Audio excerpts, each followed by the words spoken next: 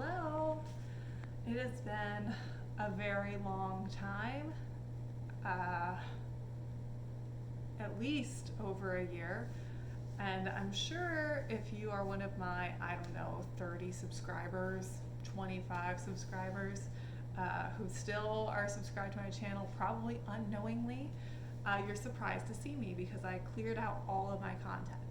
If you don't know, I used to make content about Poshmark and selling on Poshmark as a reseller who did it to flip things for profit a lot during the pandemic, and I started my YouTube channel just before the pandemic.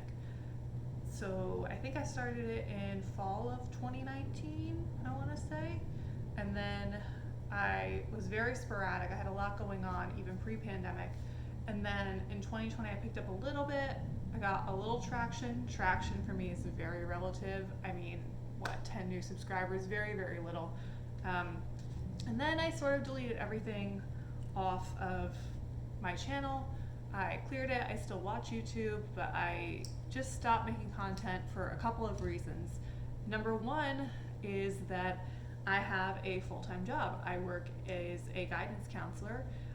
This is my second school year now, and I didn't really want students seeing me from before then just talking about reselling and things like that. It wasn't anything out of pocket or inappropriate. It just was sort of like, oh, this is like a previous time in my life that I felt like, oh, it's weird that people could look me up on the internet. This is my name. So I sort of just wanted to hide that because it was from a very different point in my life that to be honest, there was a lot of pain associated with it. That was a very difficult time in my life, and I just sort of wanted to put it away and be done with it. Not reselling related pain, but just other things. So I just sort of wanted to close that chapter. I didn't want reminders of it on the internet or anything like that. So that was the first reason. The second reason, aside from privacy and things like that, is that I'm not really reselling anymore that much. So if you go on Poshmark, you'll see I still have my closet. I haven't shared anything in probably like 3 weeks, maybe more. I still have a lot of love notes and reviews and things like that. I have followers and whatever else, but I'm not super active on there. I think my first few listings are not for sale because they sold on eBay. That's the other major change, is I started selling things on eBay because Poshmark was so dead, and I avoided eBay for so long, but I think it was worth it to just clear stuff out if nothing else. That said, I'm not exactly killing it on either platform, and I don't think a lot of people are. So over the past year or so, I've had a lot of changes. I moved to a new state. I started working full-time in my field, which was not possible when I first graduated due to the pandemic. So I've been really focused on that. I also got a part-time job in retail too, and I will talk more about that and why I did that. And that plays a very large role into why I'm no longer really reselling actively. So the first thing I want to get into is that things have changed. I started doing this seriously in 2018. I want to say it was the fall or the late summer of 2018 is when I started going headfirst into Poshmark YouTube and how to make money on Poshmark. Keep in mind, I already had a Poshmark account. I had already sold maybe 10 things starting in 2016 because I used to work in college at J. Crew. When I eventually quit J. Crew, I realized I really did not like any of the things I had from that job that I had to wear at the job. So I sold them very quickly, very effortlessly, very good deals. So I already had an account set up from 2016, which is a major plus, I'm sure. And I already had good reviews and things like that. I had no issues. So I'm like, oh, the groundwork's laid. Let me try it. People are making money that way. And at the time, it was so thrilling because I would be able to make easily an extra $300 a month. And I would do that from, oh, here's my kitty. I would do that from just, going to the bins, spending $30-$40, flipping it, and then I would have $200 to $400 pretty consistently every month. It wasn't to the point that it was too overwhelming. It was a very simple business strategy. I had a lot of things that I listed for, hello, he loves me. A lot of things that I listed for 3 items for $25, and that was a really nice strategy for a while. Can you not? That was a really nice strategy for a while because it allowed me to just clear things, and if I had only $2 cost of goods into each thing, and that's being generous, that's $6 cost of goods, $25 after fees is $20. That's a $19 profit. That's pretty good. So that worked pretty well back in the day. But a lot changed, and it has become a lot more saturated. I have some notes that I wrote down before I started filming this. I think it's safe to say the golden age of reselling on Poshmark is over. Back in the day, you could kind of throw up something out there and quirky, and people would, they'd take the $12 risk or the $9 risk and snap it up, and you would have something to show for it. If you had $6 in earnings, you only spent $1.50 on it, that was fine with me. I was not out there to make tons of money. It was pretty much all just extra for me. Now things are really different. I can't really put up those funky pieces as much. People seem to be looking for very specific brands, mall brands or high-end brands, and they want them for a really good price, which makes sense. And it's good for the consumer. It's not so good for the seller, unless you're going to have a lot of volume. The volume might have been what got me, what did me in. But I'm going to go more into that too, because a lot of people will say, if you don't want to be a volume seller, focus on higher average sale price. We're going to get into that and why I don't think that's really, it's not bad advice, but it's not really it's a different pain point. But anyway, the other thing is that with the economy being so bad, it's very saturated. A lot of people are selling things, they just want to get rid of them. I'm like that at this point too, not only because the economy is bad, but mostly because I have all this stuff lying around that I don't want to see anymore. I want my closet back. I want to be able to come home and not stare at a laundry basket of clothes that I can't fit into my storage drawers that have been listed on Poshmark and eBay for God knows how long, and no one will give me $5 for them. I want it gone. So that's another big part of it. The other thing that was really popular at the time, keep in mind I started out in like the girl boss era. So girl boss everything, not only the book, but like just in general. I did listen to the book on audiobook a few years before I started reselling, but this is girl boss, like have a side hustle, have multiple streams of income. And that's good advice in a lot of ways, but there's also this notion that if you're trading time for money, then you're doing something wrong. You should not trade your time for money, which is very dumb. Like, let's really think about that. Who trades their time for money? Doctors, lawyers, engineers. Some of our highest paid, most important, most prestigious professions do that. Even our not so prestigious professions that are still highly paid. Think about sanitation workers. They trade their time for money. We cannot all live in a world where we're not trading our time for money. And even that is not really accurate, because yes, maybe you're selling something in your sleep, but how much time did it take for you to find the item, to clean it, to list it, to research it, to ship it out? You're still trading your time for money. Okay, we're done? We're done. We're done for now. He's gonna come back, I promise you. Very needy memory of a goldfish. But anyway, I got really sick of hearing that, and the myth of trading time for money is so dumb. And the other thing is, the time spent on reselling does not equate to more money earned in a lot of cases. You could say I did it wrong. I may have done it wrong. But I'm also not the only one who's experienced this. And please keep in mind that this year, I don't know, because I think either Poshmark changed their dashboard or I just gave up. Maybe it's a combination of the two. But up until this year, from 2018 through 2021, I was in the top 10% of sellers on Poshmark, okay? I am painfully close to having earned $13,000 paid out to me in my entire time on Poshmark, okay? I'm at like 12,997 and change. So if someone wants to make me an offer for literally anything to get me to that $13,000, just let me know, because it's a little painful to look at. And obviously that's pretty good for a side hustle, but that's also over 4 years, plus the little bit that I sold of J. Crew before I took this seriously, which I don't know, maybe like $80 altogether. So pretty good. Like, that's a side hustle. For a while I didn't put a ton of effort into it, but also in my retail job for this 1 year, I'm slated to make about $10,000 year to date. Like, that's what it's looking like it's going to shake out to once I get my last paycheck for the year.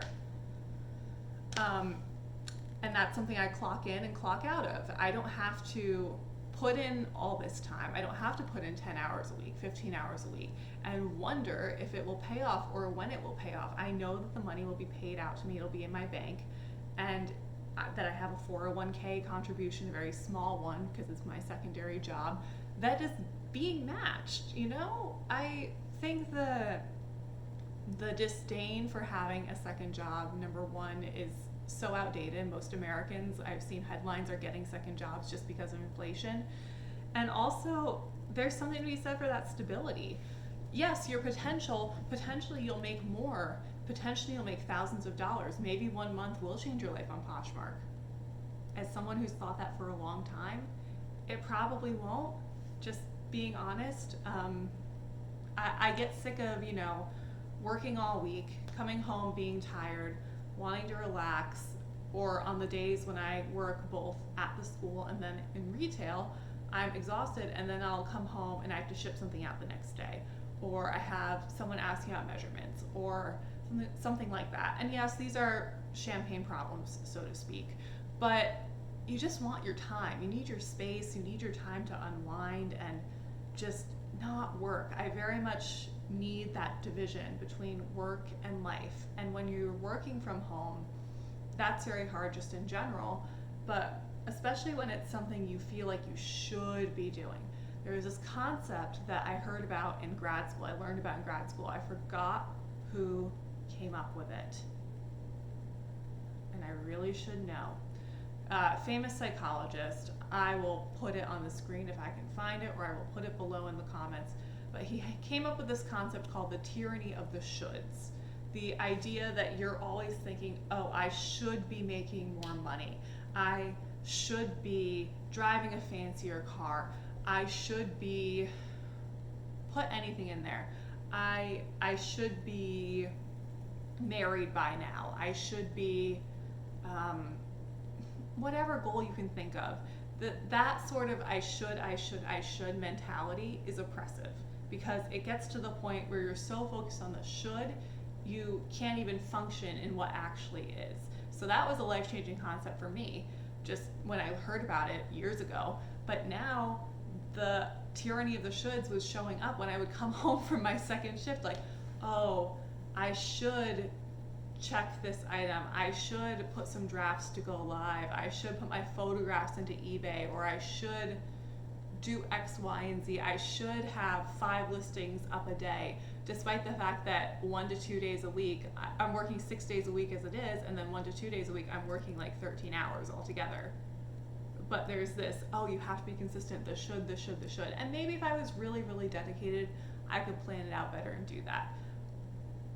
It's not worth it to me, because the return that I'm getting on all this time spent and all this, mind of just, you should be doing this, and I can't fully relax when I'm home because I feel like there's more to do always, and I should be raising the bar because then I can make this much money, and maybe if I make this much money, I'll get to this level, and then I can do this, and it's too much. It's too much for me. Maybe it's not too much for you. Everyone has their own situations.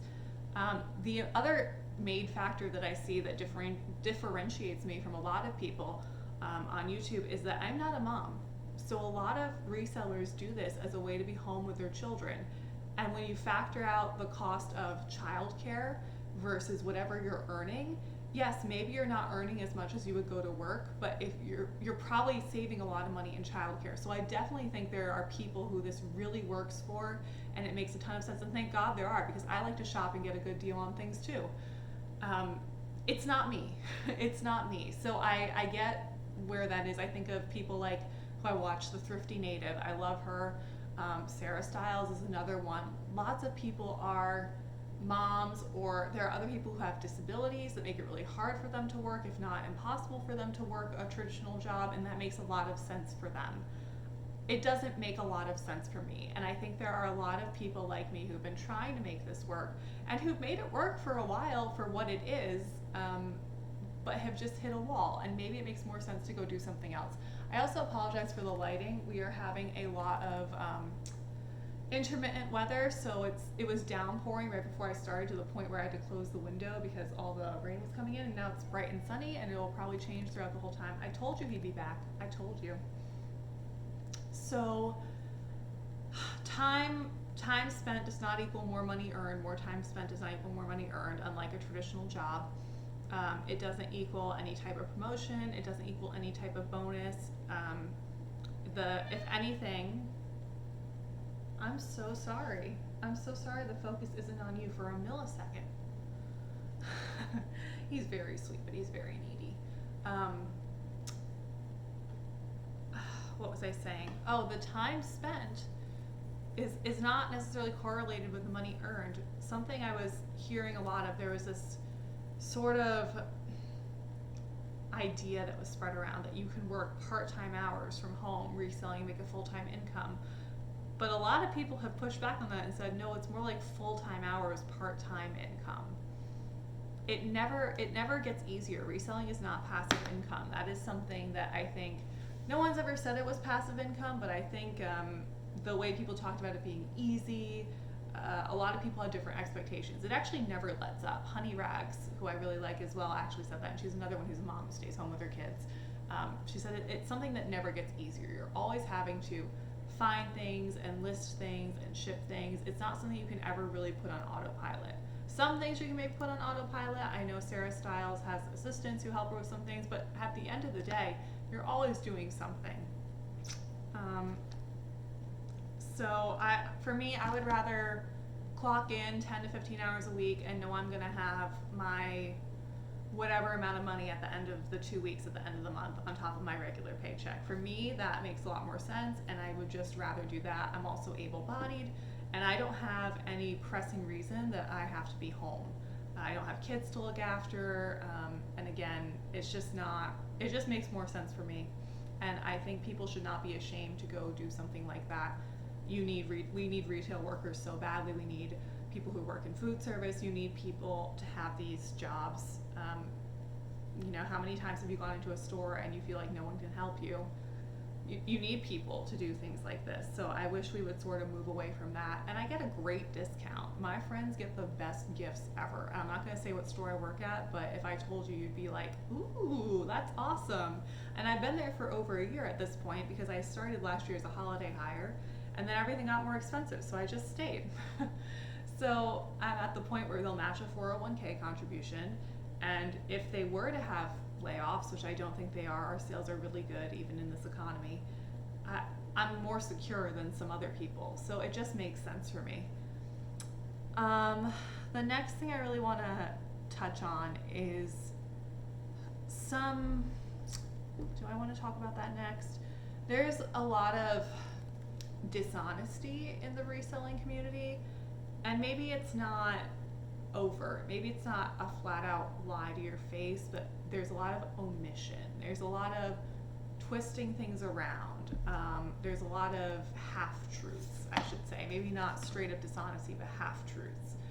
Like I said, there's that idea, part-time hours, full-time income. It sounds very MLM-esque. It's not an MLM because it doesn't rely on recruiting, so and you sell your own things. So you get $5 or $10 credit if you refer someone to Poshmark. It's not an MLM. That's not how you're making your money. But there was an article that came out in Wired maybe 2 years ago now, maybe a year ago, that I thought was a little flawed. At the time, I thought it was almost completely off base, except they talked about the mental toll that having so much clutter in your home takes, and I thought that was very fair. Looking back on it now, I think they make a lot of good points. They talk about how it has parallels to the MLM thing. The girl boss, you can just sell old clothing that no one wants, and somehow when you sell it, everyone will want it. Nordstrom couldn't sell this dress for the life of them, but they'll liquidate it to you and you'll be able to sell it for 3 times that. Does that really make sense? It happens occasionally, but can you build a whole business off of that? Some people do, but it's a gamble, and in order to do it at the level that you have to be profitable, you probably need some serious capital to get started with. Now, there are people who just start with things in their closet. They'll make their $50, they'll invest that $50, and they'll buy from profit. And I think that's the way to do it, because otherwise you get stuck with debt and dead inventory and things like that no one wants. But there are some resellers who love to tell you that they make $8,000 a month or $5,000 a month or whatever, and they don't talk about their cost of goods. They don't talk about their business expenses. They don't talk about taxes. So when you see on the front end, oh, I made $8,000 this month. Wow, that's amazing. Like, why would anyone work a regular job if she can just do this, make $8,000? Well, how much did she spend on that inventory? And not only that inventory that sold, how much did she spend on inventory total for other things to sell? And what about the fact that you're going to have to not only pay your regular taxes from that, but your self-employment taxes, your business taxes, all your supplies, shipping supplies, labels, platform fees. Sometimes they don't even include the platform fees. They don't include that Poshmark takes 20% off of that, off the top. They don't include Ebay's fees fluctuate a little more depending on your seller level in your store, but they don't include that all the time. So there's some dishonesty. I also really, not every reseller who has a course, but a lot of them, when I see the courses go up, some of them have a lot of valuable things to say, for sure. And I'm sure all of them have something valuable to say. But I think the real reason that you see resellers, a good chunk of them, gravitate towards courses and YouTube is because the reality is that making decent money reselling is very difficult. And it's much easier to some extent. Maybe not easier, but it's a bit more seductive. We'll say that. It's more seductive even than the whole part-time hours, full-time income myth. It's more seductive to just have this library of videos that people click on and you get ad money. That's way more seductive. It's more seductive that you have a course that you make one time and then that truly is passive income, right? That sounds a lot more appealing than constantly going to the Goodwill outlet, constantly looking through your thrift stores, constantly doing things like that. It's very hard to make a living as a reseller. Like I said, $8,000 gets chopped right down. Sarah Stiles does really good videos on that. She'll say, I made $10,000 this month, but what did I actually make? It's like $2,000. And that's amazing because she only works a few hours a week, but there's a lot of expenses that go into that. It's not this, super easy type of thing. Or you have to have a lot of volume. And I sort of talked about that a little earlier. The thing is, whether you have volume or high average sale price, which is ASP abbreviated, everything's still a gamble. Everything you buy is a gamble. I don't care what the eBay sell-through rate says because that can change so fast. Everything you buy is a gamble. Keep in mind, maybe the sell-through rate's great, maybe it will sell through great, but maybe everyone's over it by the time you've listed it. Maybe in the last 90 days, it was those first 30 days that a ton of them sold for a great price, and now everyone's over it. Things change. Every single thing you buy is a gamble, which is why it's good to keep your cost of goods low. It's good to go to the outlet, but again, you have to spend a lot of time digging and researching. Again, like I said, I typically work 6 days a week. The last thing I want to do is then go to the outlet, stand around, and go through the bins. I actually went sort of as like a last-ditch effort to make reselling work. I actually went before my retail shift, maybe a month ago, maybe 6 weeks ago, just for an hour when they opened. And I was digging through the bins. Keep in mind, I'm still going to go work in a store on my feet for 6 hours, and I worked all week as well in the school. So I dug through the bins just to see what I could find. I found a few things that were all right. And my Fitbit actually registered it as a huge workout because it was so much movement. They actually thought I swam laps because I was digging through this and doing a lot of that and moving around. It's exhausting, and people underestimate that too. It's very, very tiring. If you like doing it, that's great. I mean, everything's going to be tiring to a certain degree, right? I just realized my messy blanket's in the frame. You're going to have to deal with that. But everything's a gamble, and to put in all that work and all that capital up front, even if it's only $80, when my mom visited me a few months ago, she sort of asked, like, I had a pretty good week on eBay. I think I had $200 come in that week, so things were just like going off the shelves, which is great because I hadn't put a whole lot of effort into it. And she said, well, how much did you pay for it? And I said, well, there are different ways to look at it, right? In the last week, I spent $50 on inventory, but if you want to look at what I spent on each of these items, it's going to be about $30. So there are different ways to frame things, which is another issue with the way resellers frame things. If I wanted to go, okay, well, I spent $50 in inventory this week and I had $200 in sales, that's one way to look at it. You could do price per piece. So, you know, I spent $80 at the Goodwill outlet and I got 60 things, divides 80 by 60. You get the idea. Or I could say, well, this thing I bought at the thrift store was $12 and this was $4 and this was $6 and this was $4 and so on and so forth. So there's a lot of ways to finesse things. If you ever take a statistics class, they will tell you, the number one thing they will tell you, they told me on my first day of one of my statistics classes in college, is you can manipulate data however you want. Anyone with a statistics background will tell you that. So please take everything with a grain of salt and know that even if you check your numbers, everything is a gamble. And do you really want to put your hard-earned money into a gamble? Do you really want to take that $80 that week or that $50 a week, go to the outlet, hope you can flip it, or do you want to put it into savings? For a long time, it was worth it for me to try to flip it, and I would see some good returns on it. Now I'd rather just save it. And I don't think there's anything wrong with that. I like security. I don't know if you could tell, but I like security. I like stability. I like to know how much is coming in, how much is going out. I like being able to come home and just relax because I already work hard enough. And then I've touched on this a bit. It takes up tons of space. I want my closet back. It takes up space not only physically but mentally. And it was actually the source of a major conflict with one of my former roommates. And I'm not going to get into that, but it's not to say excuse, you know, the behavior of that person, but I do think there was legitimate grievance with the fact that there was a lot of reselling shit around. Oh, I'm sorry, I shouldn't curse. There was a lot of reselling stuff just laying around. And it was too much, and I had even realized it was too much. So I tried to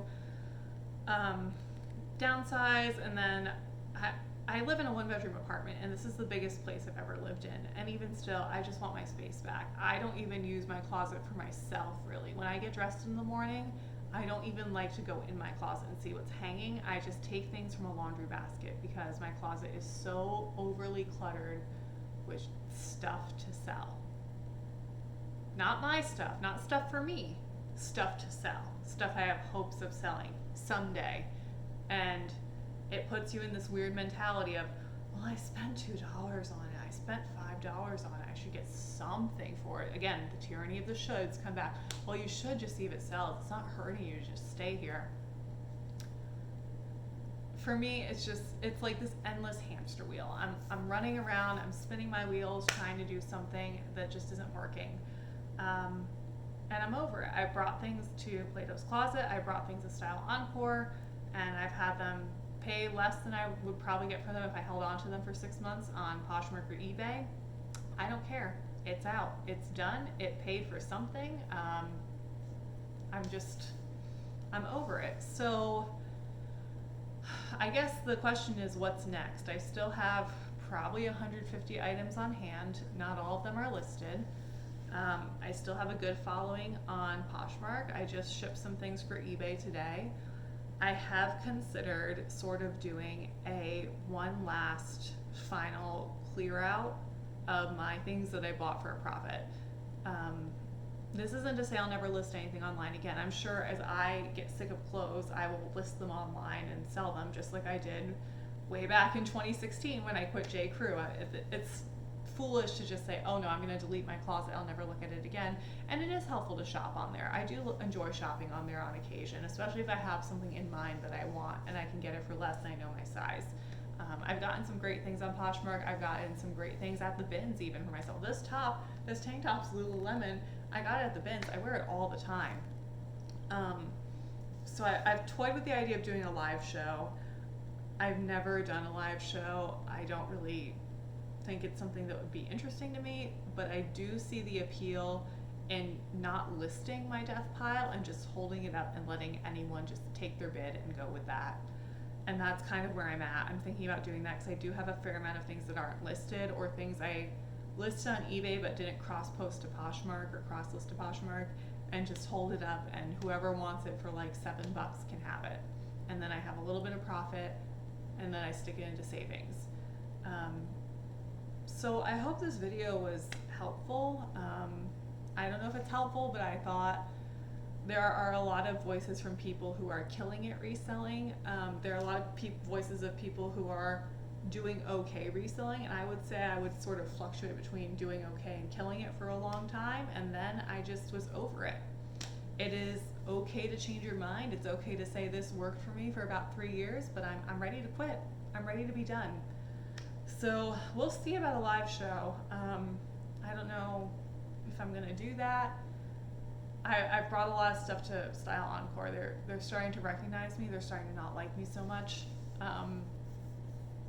So we'll see. I think also going forward, I probably will still wear a lot of secondhand clothing just for the cost, if nothing else. It's very cost effective, but I don't think I'm just going to go to the bins for fun. I even do have friends here now that I live in Florida who go to the bins for fun, who really love doing things like that.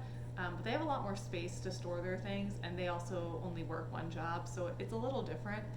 And I found some of my favorite things at the bins. Like I said, some of my most complimented, timeless pieces, some of my most high-end pieces I found at the bins. I mean, I have a Theory off-the-shoulder sweater that I wear for nicer events, and it was from the bins. Like, it's amazing. But I think I'm kind of over it. I think I'm gonna shift more towards looking for high quality, ethical fashion and just having less of it, because I'm also at the point where I've accumulated so many thrifted things that nothing fully goes together. I'm sort of over it, and like I got these great pair of jeans. They're my go-to jeans from the bins. They're Pakistan originally, but they're from the bins. My friend picked them out. She's like, oh, maybe they'll sell for something. They're actually my size, and I love them to death. But because they're so used, they're falling apart. So I think I either need to look for things that are almost new on Poshmark or The RealReal or eBay, etc., or at my local consignment store, or just buy new and buy more mindfully and have a smaller wardrobe that I am able to take better care of. I hope that makes sense. I don't know if I can share. If you're interested in going on that journey with me, that would be something that I think would be fun to put up. Maybe we shop on Poshmark together, we shop on eBay, I try different brands. I have a few brands that I've sort of been eyeing, but I've studied a lot about color theory and things that would look good on me to try to make a wardrobe that's better, because like I said, I'm busy. I no longer want to think about what I wear in the morning. I just want to pull things out and have everything match. So that's it. This is a long video. I've really enjoyed videos like this, so I hope that you enjoy them as well. And that's all for now. Bye.